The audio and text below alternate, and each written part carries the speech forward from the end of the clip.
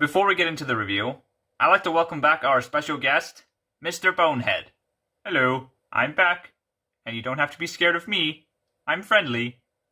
Anyways, let's get on with the review, shall we?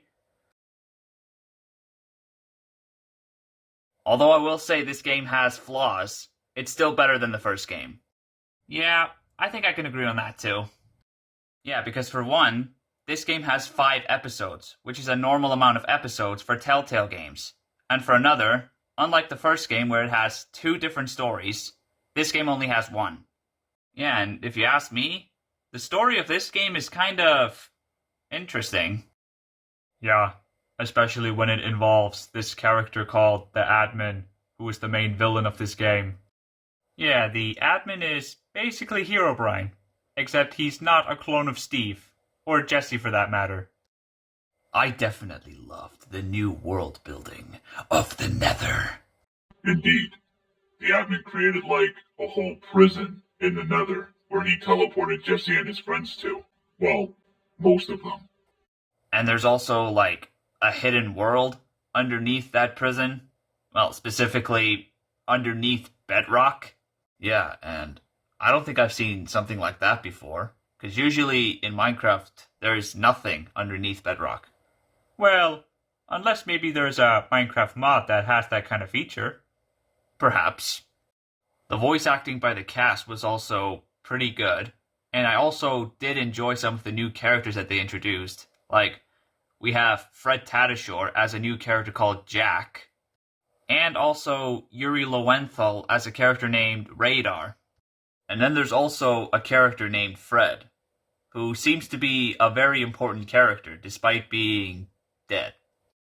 Yeah, and I kind of wish they showed how Fred died. I mean, I know he got killed by the Admin, but I kind of wish they showed it in like a backstory or something. Yeah, and maybe even give us a little bit of backstory of how the Admin got his powers.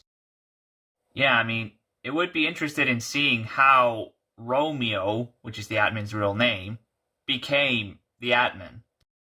There's also another problem I have with this game, and that is a certain character. And that certain character is none other than Stella. I really did not like that character at all. Yes, well, she was definitely one of those characters who can't pick a side. That's for sure. Not only that, but she also has a pet llama named Luna. And Stella? She was very mean to that llama. I feel bad for Luna. Yeah, despite the fact that this llama's not on her best behavior. Honestly, I don't blame her. And another thing. I did not like that characters like Axel and Olivia only appeared in the beginning of the first episode, and they don't come back until the final episode. Yeah, that was just disappointing. And as well as that, Lucas didn't have a lot of screen time either. And also, when it comes to Olivia, for some reason they recasted her. And I'm just gonna say this, I do not like the recasting. Because for some reason, Olivia in this game sounded younger than she did in the first game. Yeah, and come to think of it, they redesigned her. And she even looks younger than she was in the first game. It's almost like her aging got reversed. Last time I checked, that shouldn't be possible. One thing I do find pretty interesting about the Admin is that he's able to create custom mobs.